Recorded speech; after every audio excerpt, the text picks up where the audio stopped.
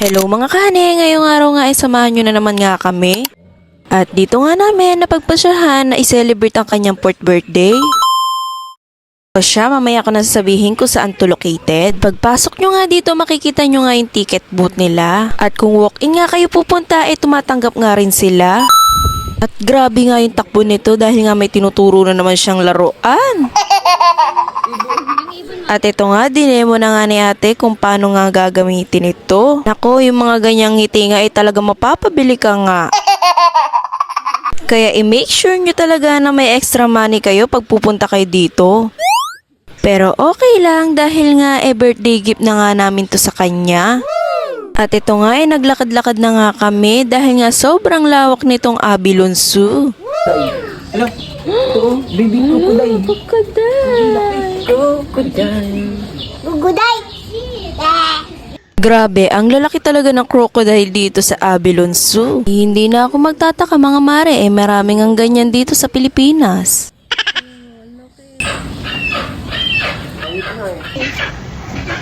Ay, pilayaw to siya. Pilay ka ba? Ay, naglalaro lang. Ang cute. Nuk, nuk, nuk, nuk, nuk. Hindi, malaki nun doon. Saka mataba, no? Laki nun.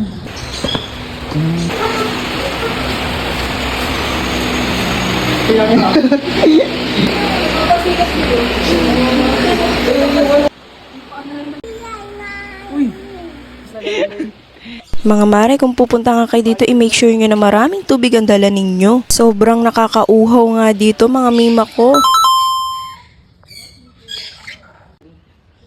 At ito nga pala yung videographer at photographer namin na napakapogi. Huy! At sa paglakad-lakad nga namin, may nakita nga kaming kakaibang uri dito. Antok na antok yarn. Turtle yan? At sobrang dami nga iba't ibang uri dito ng turtle mga mima ko at ngayon lang kami nakakita niya. At pag napagod nga kayo mga mima ko meron nga silang mga upuan dito. At kahit saang station nga mga mima ko meron kayong mauupuan. At hindi nga din kayo maliligaw dito mga mima ko dahil bawat station nga may number. Susundan mo nga lang yun mga mima ko para hindi kayo maliligaw. At mga mima ko, wag nga kayo mag-e-expect yung ibang animals kasi wala na nga rin dito dahil nga minsan namamaalam na rin sila. Nalagaan yan eh. Di ba yan? Si Doc Flamingo. Abi, si Flamingo bi. May ano yan bi, may fruit yan sa ano, One Piece. Sa One Piece? Oo. Meron, ganyan kapangyarihan niya. Dove. Ano ba yan? Oo, tayo. Nanonood ako nun. Si Doc Flamingo. Lakas din na no? No, gano'n. Ayun yung baby niyo oh. Spider nga, maliit kasi ito eh. Sige, picture lang baby. Kaso wala. Mga mima ko, hindi na nga ako masyado magbo-voice over dahil wala na nga rin ako masabi. At ayoko nga masyadong galingan, baka mag-viral na naman tayo. Huy! Pero mga mima ko, mas maganda nga nabibidyohan yung mga gantong eksena ng pamumuhay natin para may babalikan tayong memories. Yay! At ito na nga yung pinakahihintay ni Rabia na puntahan. Paano yung papakainin?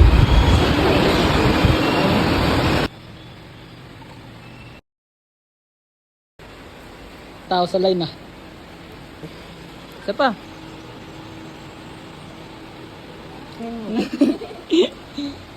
Pakainin mo siya iya. Wow. Ito naman yung next namin pupuntahan, number 42. At ito naman yung pinakahihintay namin lahat. Talagang mapapa-thank you Lord ka na lang dahil nakakapunta kami sa mga gantong lugar. Once a year nga lang kami nakakapagganto, tuwing birthday nga lang ni Rabia. Iya. Lagay na kita dyan. Ayaw! Bakit? Kakainin ka niyan. Hindi mo mo! Wait ka! At sobrang nagulat nga dyan si Rabia dahil nga nakakita siya ng malaking isda. Kahit nga kami nagulat din. At nagulat nga rin kami dahil nga may asawa rin pala tong layon.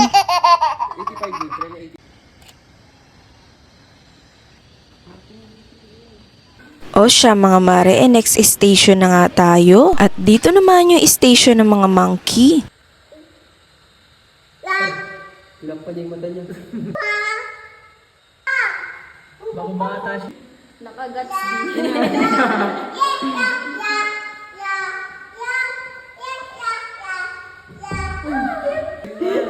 Mabait mo lang, alam mo lang napakita sa amin.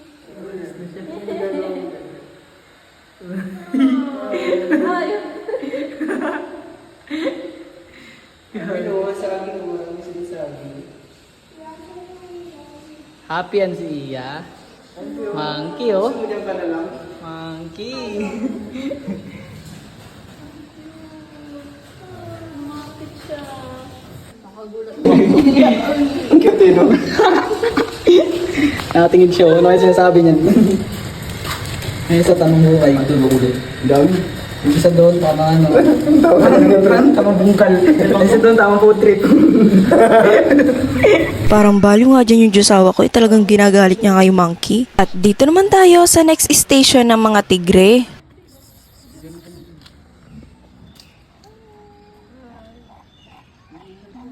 Gagi.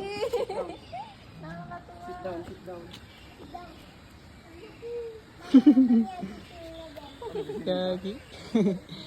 At ang dami rin palang mga tigre dito, hindi lang iisa.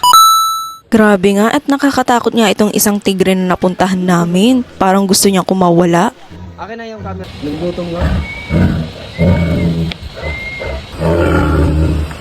At ito naman yung next station namin, magpapakain nga kami ng bear.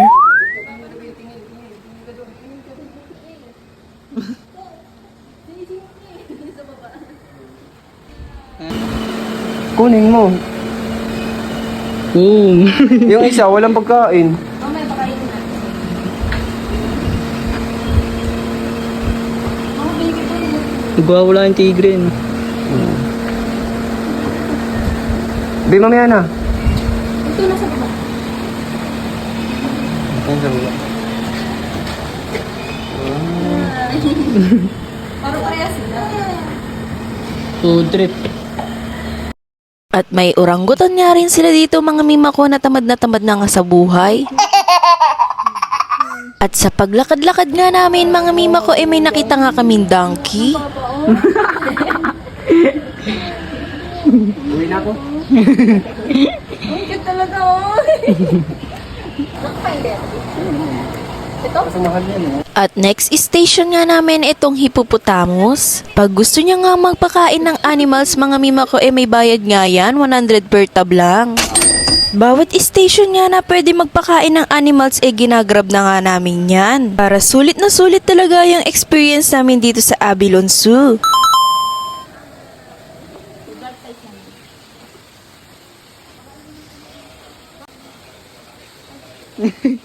Pag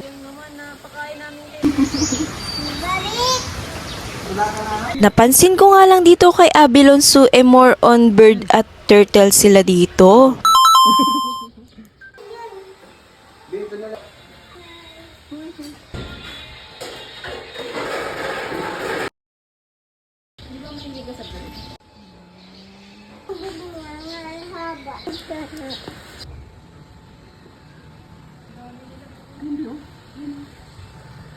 Ayun o. Mama, ayun o si Tetay. Oh, ayun, Bi, oh, tinan mo. Ayun, oh. Yo. Ay, ito, Bi, oh. At kayo na bahala mga mima ko na manood dahil ilalabas ko na lang yung mga clips dito. nandito ka sa akin. Nakatayo siya. Nagkamali ka dyan. Encho, kain na ito. Tamang dasal. Ano yung dilaw? Ay, oo, nandiyan naman sinyan. Ang payat. Pero ang haba. Kailangan ng mainit. Sinusundan ka niya, boy.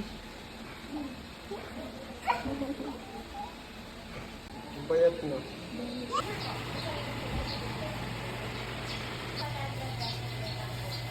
At kung gusto nyo nga rin magpa-picture sa mga animals, pwedeng-pwede nga rin yan mga mima ko. Siyempre mga mima ko, alam ko namang tatanungin nyo ko. 50 pesos nga lang yan mga mima ko kahit ilang piraso na kayo.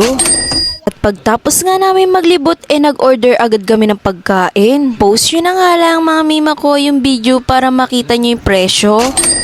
Sobrang gutom na nga rin talaga kami kaya napa-order na rin kami talaga dito. Tapos ang balak nga rin talaga namin sa labas na nga lang rin kami kakain. Kaso dito na nga kami naabutan ng gutom.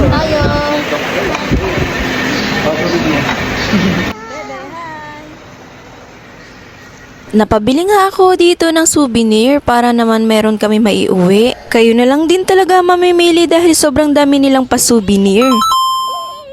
At ito nga, tapat lang din ng kantin nila ang playground nila dito. At dali-dali ko na nga rin talagang dinala si Rabia para nga ma-enjoy niya talaga yung moment na to. Yung moment ba talaga o yung bayad, Charis? Kaya sabi ko nga sa inyo, pumunta na nga rin kayo dito. Hindi nga lang bata ang mag-e-enjoy, pati na rin ang magulang.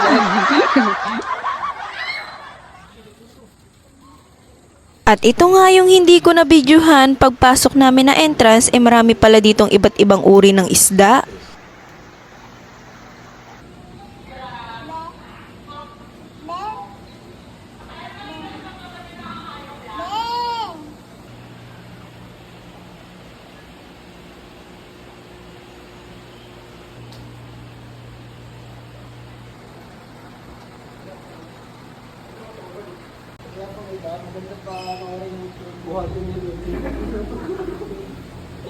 O siya mga kahani, hanggang dito na lang. Thank you for watching. Bye-bye!